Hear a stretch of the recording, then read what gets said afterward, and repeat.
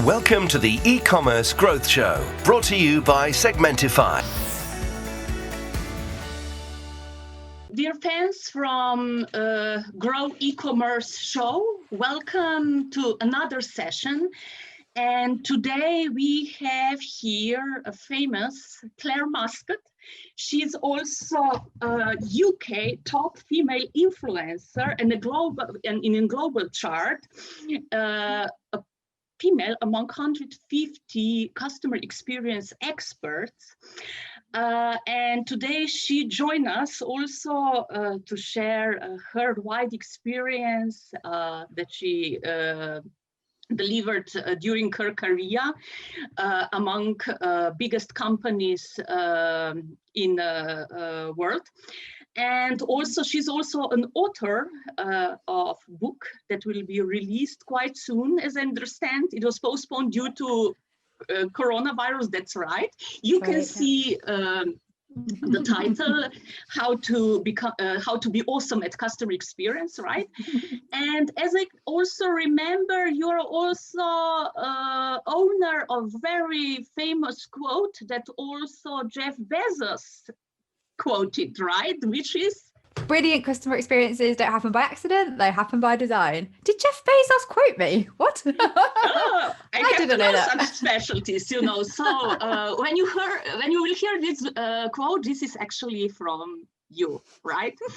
So welcome to our show, and thank you for participate and deliver your experience, especially in this digital transformation time.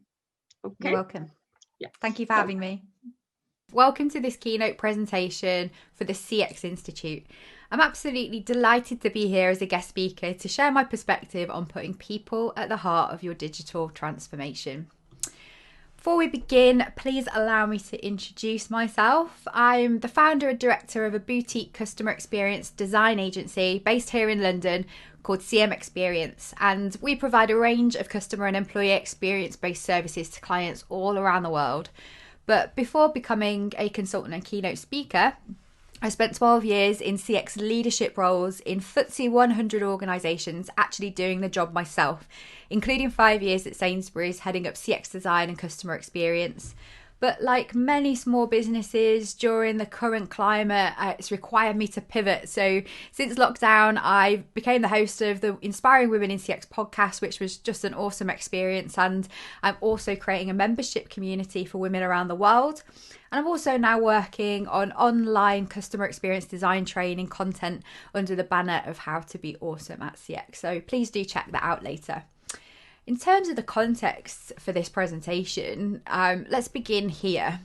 And that is that transformations all around us these days, whether it's digital, cultural, operational, or my own field customer experience, the answer to absolutely everything seems to be a radical overhaul. It sounds bold, aspirational, and even sexy. But is it really the right approach? And do these projects ever really deliver the goods? Now, I'm sure you're probably sat there thinking, oh, I can think of an example, and it's probably going to be something like Apple. And absolutely, Apple's remarkable metamorphosis under Steve Jobs is one clear success story. But it captured people's imaginations because such transformations are exceedingly rare, not because they're easily achievable. In truth, large-scale, episodic changes rarely ever work due to the cost, complexity, leadership and timescales involved in making it happen. Entropy always wins. So by the time companies have transformed, their customers have already moved the goalpost and no longer want what you thought they wanted. So the longer we take to deliver, the more risk we expose ourselves to, and the larger changes that we propose, the greater resistance we face, and especially when it comes to employees that are going to be affected by these changes. So I've been thinking there must be a better way, but what is the alternative, and how do we move at pace to create greater value for our customers, our employees, and the business? And I personally believe that the answer lies in experience design, which is great news for people with CX capability because it means we've got all the tools at our disposal to help businesses avoid the pitfalls of transformation by adopting an approach that enables a rapid response to customer and employee problems that in turn yields business results through understanding the problems, discovering how best to solve them, co-designing ideas with the people who'll be affected, developing solutions with this kind of agility is going to mean something very important, and that's that we test and learn as we go. So we'll ultimately deliver better products, better services, and better experiences that deliver the right changes at the right time. So I propose a logical yet quite radical five-fold approach to putting people at the heart of change. One that I believe constitutes a pragmatic, efficient and effective alternative to improving customer experience. And in summary, that means that I favour problems over solution, empowerments over procedure, values over goals, collaboration over control and lean over large. And over about the next 25 minutes or so, I'm going to take you through each one of these and give you some really practical takeaways that you can start to think about back in your organisation. So up first, we've got problems over solutions. And I think companies who take a solutions-led approach remind me of someone that's just found a shiny new spanner. And this so often happens with digital and online. They start walking around the car looking for nuts and bolts to tighten with it, not knowing if they're the right ones to prioritise, or even if the ones that they tighten are going to make a difference, or actually that there's a much bigger problem to be resolved. And most often, the solutions are targeted at business efficiencies, which, whilst tangible, there actually might be a better way to also benefit customers and employees too. So not just a cost saving. So in terms of my ideas for how you can think about this differently, is that companies that put people at the heart of change are focused on understanding and solving problems for their customers and employees. This often means having an approach where interconnecting solutions are found that ladder up to significantly higher incremental value for customers, employees on the business. So, for example, using journey mapping at the beginning of a discovery to understand what are the pain points, what are the root causes, and what are the opportunities can give you a much clearer picture than just thinking about what technology solution you want to adopt. But in order to do that, you also need a culture that puts empowerment over procedure. And to create the optimum experience, we all know that we've got to respond to customers with the right action at the right time. But employees are so often stifled by procedure. And to demonstrate this, if you rewind any customer complaint that rapidly escalated, the ones that went nuclear and created really awful PR for your business, if you take it back to the decisive moment, you'll find some poor soul like our lady here working at the contact centre that could have averted the crisis but couldn't because they had such rigid procedures to follow. And the same is absolutely true of innovation. It's likely that your employees already have a really good handle on the real customer problems to solve, not the ones that the business perceives. But whilst managers are looking for answers in data and metrics, this really valuable source of ideas goes untapped.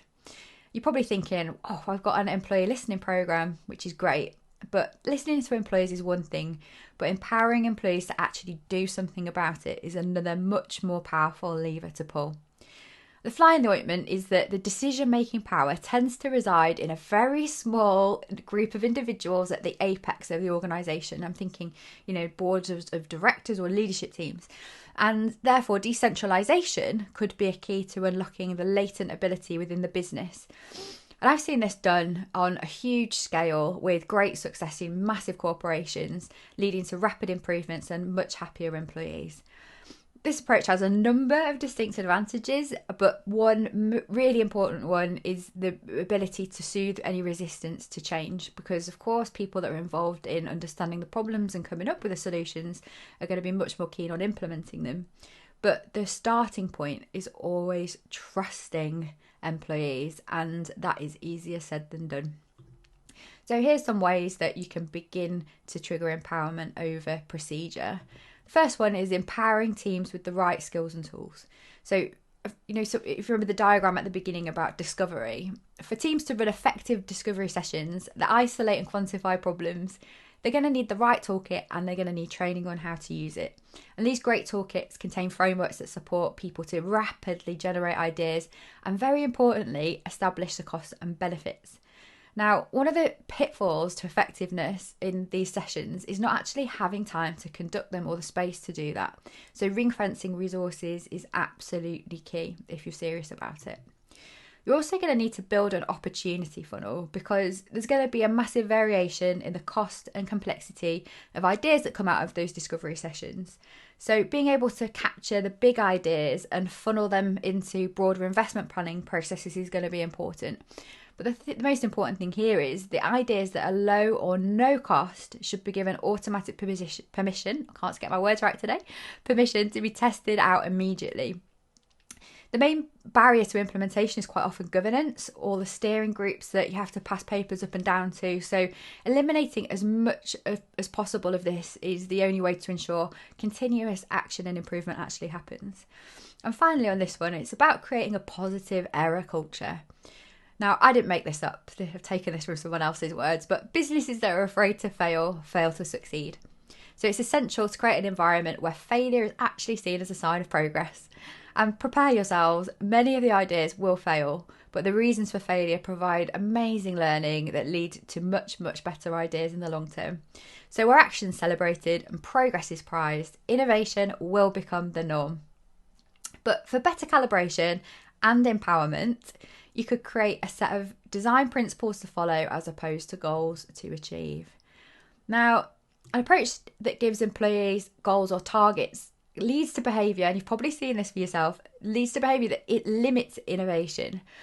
It notably manifests itself in employees who, I'm going to use my air quotes, chase the measure and take shortcuts to hit the numbers. So arbitrary metrics are delivered in the short term, but creating real value and sustainable improvement only comes from really understanding customer problems. So if you take, for example, the multi-billion-dollar retailer that I mentioned that I work for, I saw them implement a mystery shopping program where the goal was actually about increasing store scores. And the whole project appeared dedicated to passing the measure. So how do you pass this mystery shopper? And it did improve the numbers. The store scores did go up, but it did not improve the customer experience. So by contrast, when people are given a set of values or guiding principles to aid their decision making, the job of improving customer experience becomes easier and more fun.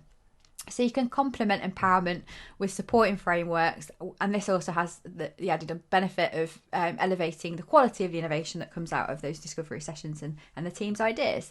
So here's 3 things you can do. Number 1, define what value actually means. Because decisions, when they're devolved from the apex, so when we empower employees to come up with ideas and solutions, providing employees with guardrails helps them make far better decisions. So it's common sense just to protect the business whilst empowering staff, but without that crystal clarity, value can be open to interpretation. So to prevent mistakes, you can define what value means by framing how desirable is it for customers, employees in the business, and you can use appropriate metrics or impact statements that aid evaluation. And being clear upfront about the measures of success is also going to be really beneficial right now, because you can weed out any non-viable ideas really early on and build success criteria for proving return on investment of the ideas that you do implement for later on. Next up, you can create a set of design principles. This is one of my favourites, because once employees have come up with the what, providing a set of universal design principles will support them in the how. So design principles can be written as a set of statements for guidance around strategic, operational, brand and values-driven imperatives. So for example, if you call out solutions that are digital by default, that will ensure that it's the first consideration rather than the last, as will calling out helpful to employees, helpful to employees or friction-free for customers will guide design that actually works in their best interest rather than just thinking about process. And also you can articulate the desired behaviours. So as definitions and principles can help to direct ideas, you could also create a blueprint for agile behaviour which will have the same effect. Cultural shifts happen when employees understand how to behave and feel empowered to use these principles to challenge the status quo. So statements should be nice and aspirational to encourage teams to dare to be ambitious, take action before perfection, focus on delivering value early and often, and work in dedicated, empowered, cross-functional teams. Now, empowered teams equipped with principles and frameworks are set up to succeed, but to deliver value, they must also be able to work cross-functionally. Another thing that's easier said than done.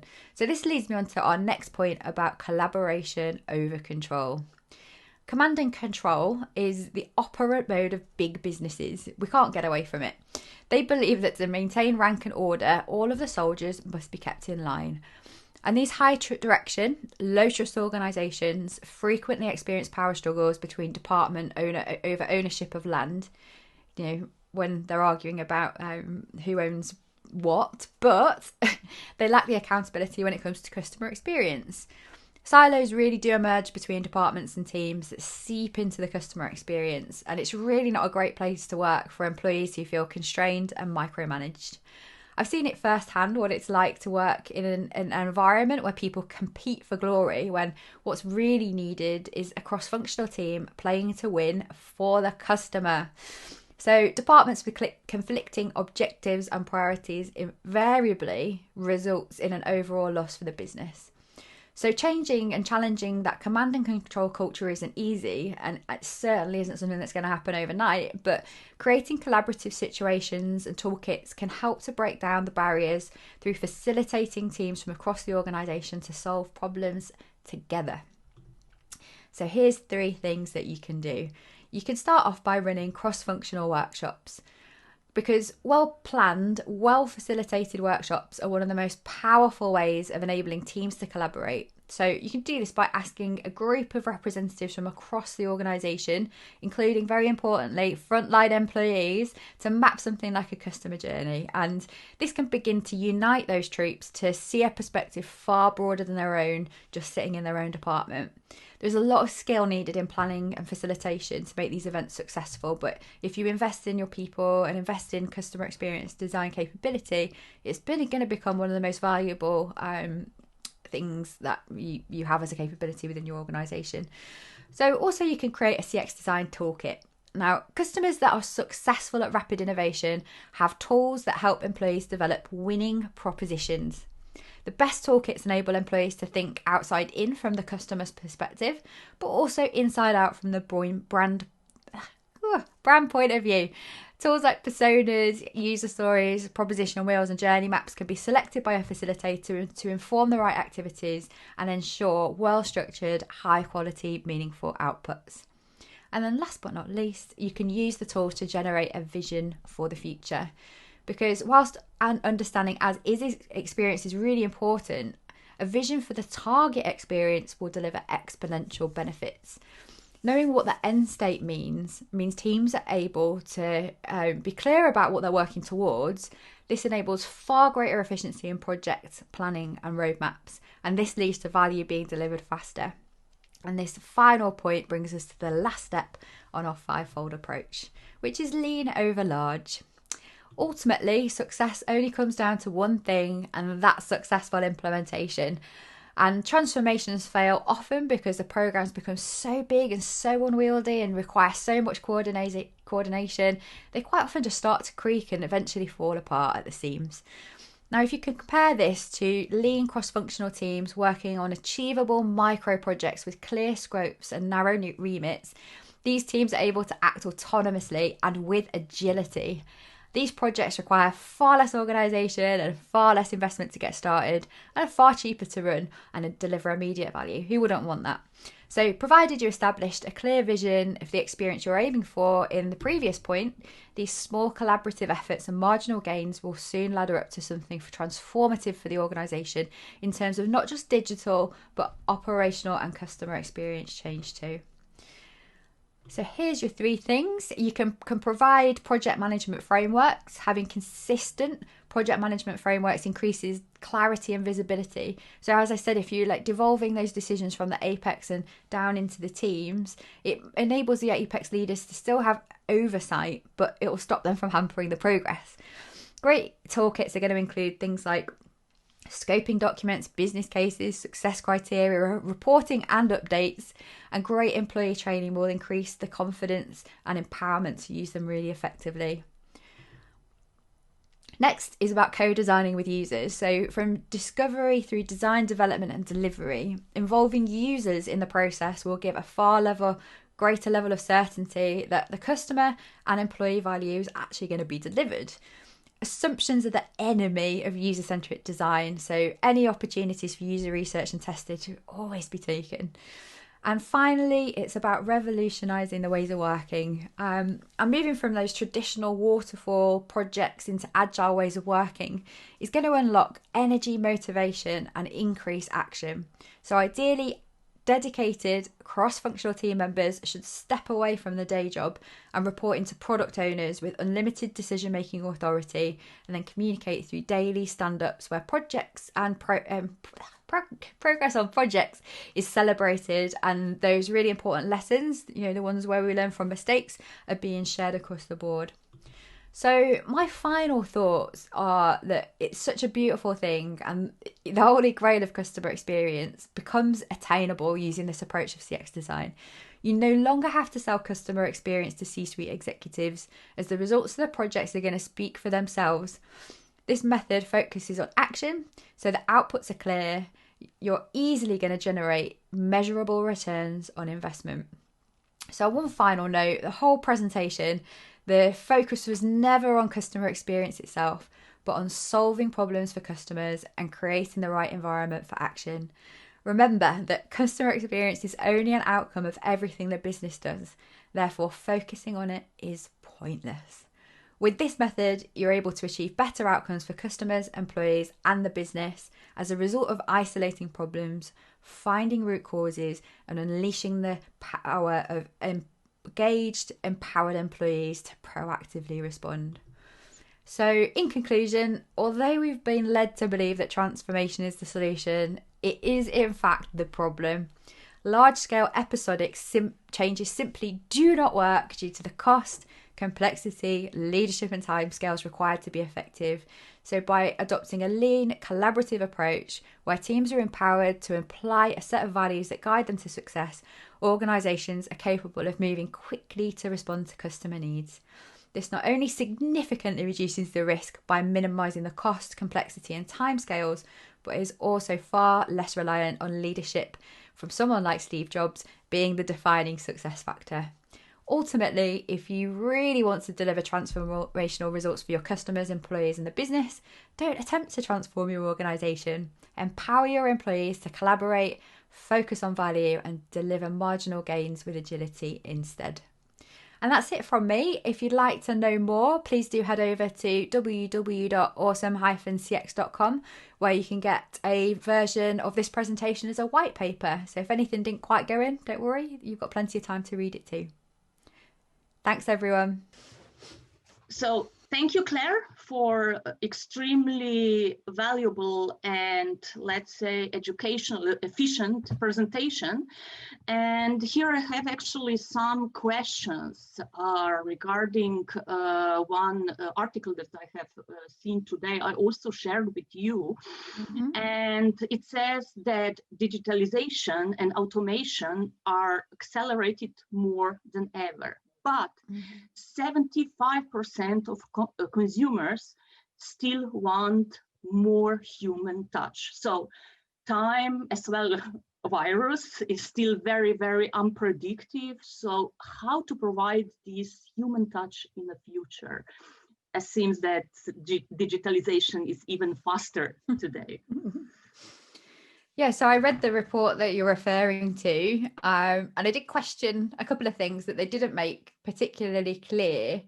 And the first of that is I'd be asking the question, what specifically do they want to maintain the human touch with? Because when we talk about a lot of automation done well, it's helping customers to fix problems faster than they would if they spoke to somebody. So checkout, for example. Why would you need to speak to somebody to do that? Answering really simple problems, asking questions. If AI or ML, machine learning, can deal with that, I can't see that being a bad thing for customers. What the problem typically seems to be is that companies are trying to use AI as a solution instead of customer service, full stop. So if I gave you the example of being on the web chat to my broadband provider, that they've got that system that every time the web chat window closes, the agent disappears and I have to start all over again with a new person. So I'm actually interacting with a person through technology, but the experience is awful. Yeah, I can imagine. So I think what customers really want is to be able to have complex problems dealt with really quickly by human beings, but we're also equally happy to do stuff through automation if there is no complexity to it. So I think the challenge is in the future, how do we ensure we route those customers to humans to deal with complex problems really quickly and that they're resolved first time, rather than taking an approach of technology replacing customers up that I've heard of recently, like asynchronous communication. Don't know if you've heard of that one, but basically it's like WhatsApp messaging instead of web chat. So in WhatsApp style messaging, you could imagine being on a chat with your group of friends or your family, that you say something, they're not going to, maybe don't reply straight away, but you don't have to wait for the reply. You just put your phone in your pocket and you carry on with your day, and then the message comes up and you carry on the conversation. I think moving more towards technologies that are designed to meet customers where they need to be met in the channels that they're used to is a far better solution to those kinds of things. So in summary, I'd say I just question when they ask customers that question, what they want more of a human touch for. It wasn't clear why they want it, or specifically in what situation. So I think, we're not going to stop automation. We're not going to stop technology increasing. We're not going to stop companies from heading in that direction because the cost efficiencies is so clear. We just, as customer experience thinkers, need to be able to consider what the customer needs and how best to meet those needs in the most efficient way for the customer, using technology where it's appropriate and finding the right blend and balance. Okay. Thank you. Next question. During your presentation, you are talking about 5 top actions and how to put people in the heart of the business. But from your experience, which is the most problematic part of these 5s in organization, and why is it so? Okay, so there isn't one of the 5. It's basically a barrier to being able to do any of the 5. So if you think about businesses that consider solutions instead of problems, if they think about, we want them to be thinking in power over procedure, values over goals. We want, in the world I spoke about earlier, collaboration over control and lean over large. The thing that's going to always block being able to do that is the culture of the organization. So the more ingrained the old ways are in that business, the harder it's going to be to enable any of those things to happen. So I'd always say with customer experience, with change, with transformation, to be able to put people at the heart of anything, the culture of the organization needs to be prepared to do that. But it's easier said than done. So for example, with empowerment over procedure, I talked about trust. It starts with trusting your employees. That in many cases, especially in the contact center scenario, can be a very big step. When we're giving so many rules to follow and procedures that you're hamstrung and you have to make a bad decision for the customer but the right decision for the business. Companies changing that ethos to enable employees to make their own decisions, the right thing for the customer, can often be a huge step change. So I think in summary, I'd say the organizational culture is the biggest challenge. Thank you. So also it's the issue that you give the purpose to the employees' job that they are doing, that they are able to take decisions to the right thing to do for the customers and for the business. So we can empower them to do that over giving them procedures and values to stick to rather than goals to hit. That becomes possible. Okay, and here is also the last question for today. What is actually also the common mistake that companies do before or in the middle of transformation? Do they see it too easy, or it's kind of just, let's say, going to the stars and everything will happen? So what is their expectation? How they do see this kind of start and then the travel? So there's a couple of things. So I'm going to talk about where transformation starts in the first place, being one of the problems. We'll talk about that first. And the second thing I'll talk to you about is, if you remember the little loopy diagram, I think it was my second or third slide, is that they don't design the experience or listen to customers. So the first thing, as I mentioned, was where the desire to transform comes from in the first place. So most companies only resort to that scale of change when there is a massive problem. And usually transformation will be directed at saving money, so cost saving transformation. It might be digital, trying to change all their technology to get up to date.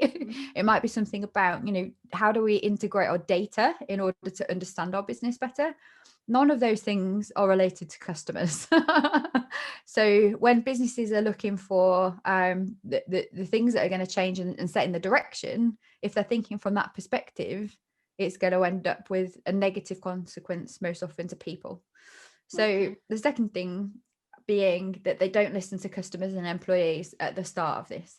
So in my little wavy diagram, it started with discovery and trying to understand the problems to solve for customers and employees.